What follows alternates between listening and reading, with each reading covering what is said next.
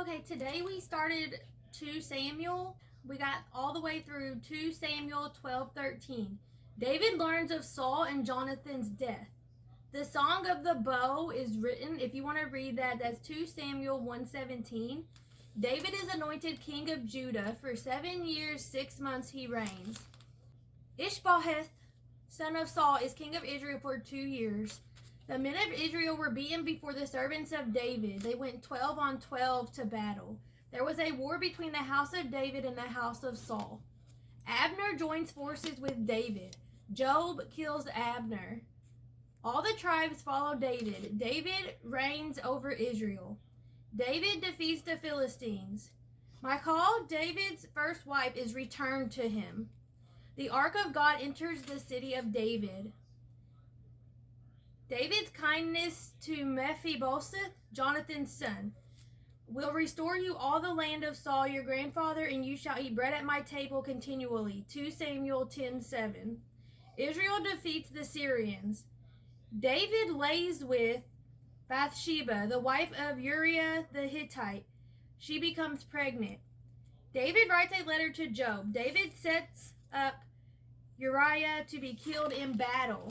The wife of Uriah becomes David's wife and has a son. This displeased the Lord. 2 Samuel 12:11. Behold, I will raise up adversity against you from your own house, and I will take your wives before your eyes and give them to your neighbor, and he shall lie with your wives in the sight of this son.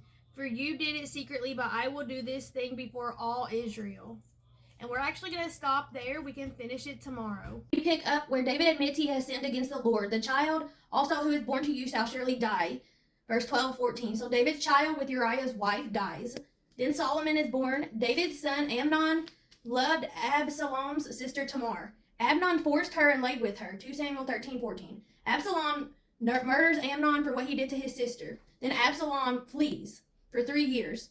Joab brings Absalom to Jerusalem. David forgives Absalom, and then Absalom conspires against David, and Israel stands with Absalom. David flees. Shimei from the house of Saul curses and throws stones at David. Ahithophel gave advice. Hushai goes against the advice, and they do not pursue David. Ahithophel hangs himself. Hushai warned David. The servants of David defeated Israel, and Joab kills Absalom. David mourns Absalom and returns to Jerusalem. Sheba starts a rebellion, and Joab pursues him. Sheba is killed. 3 years of famine. It is because of Saul and his bloodthirsty house, because he killed the Gibeonites. 2 Samuel 21:1. David avenges the Gibeonites by letting them kill 7 descendants of those who plotted against them. We almost made it all the way through Samuel, but we're going to have to finish it tomorrow. We had to pick up at 2 Samuel 23. The Lord was angry against Israel. David took a census and counted the people. The Lord sent a plague upon Israel. 70,000 died. David built an altar and offered offerings, and the plague stopped. Then we go to 1 Kings. We got all the way through to 1 Kings 12. David grows old.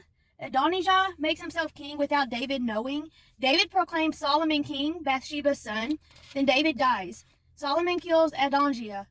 Joab defected to Adonijah. He fled. Joab is killed by Solomon's instruction. Solomon made a treaty with Pharaoh, king of Egypt, and married his daughter. 1 Kings 4:29. And God gave Solomon wisdom and exceedingly great understanding and largeness of heart. Solomon builds the temple, the house of the Lord. I'm going to read 1 Kings 6:11. The word of the Lord came to Solomon, saying, concerning this temple which you are building, if you walk in my statutes, execute my judgments, and keep all my commandments, and walk in them, then I will perform my word with you, and which I spoke to your father David. And I will dwell among the children of Israel, and will not forsake my people Israel. Ark of the covenant of the Lord is brought from the city of David to the temple. The queen of Sheba visits Solomon and questions his wisdom, but she praises Solomon after meeting him.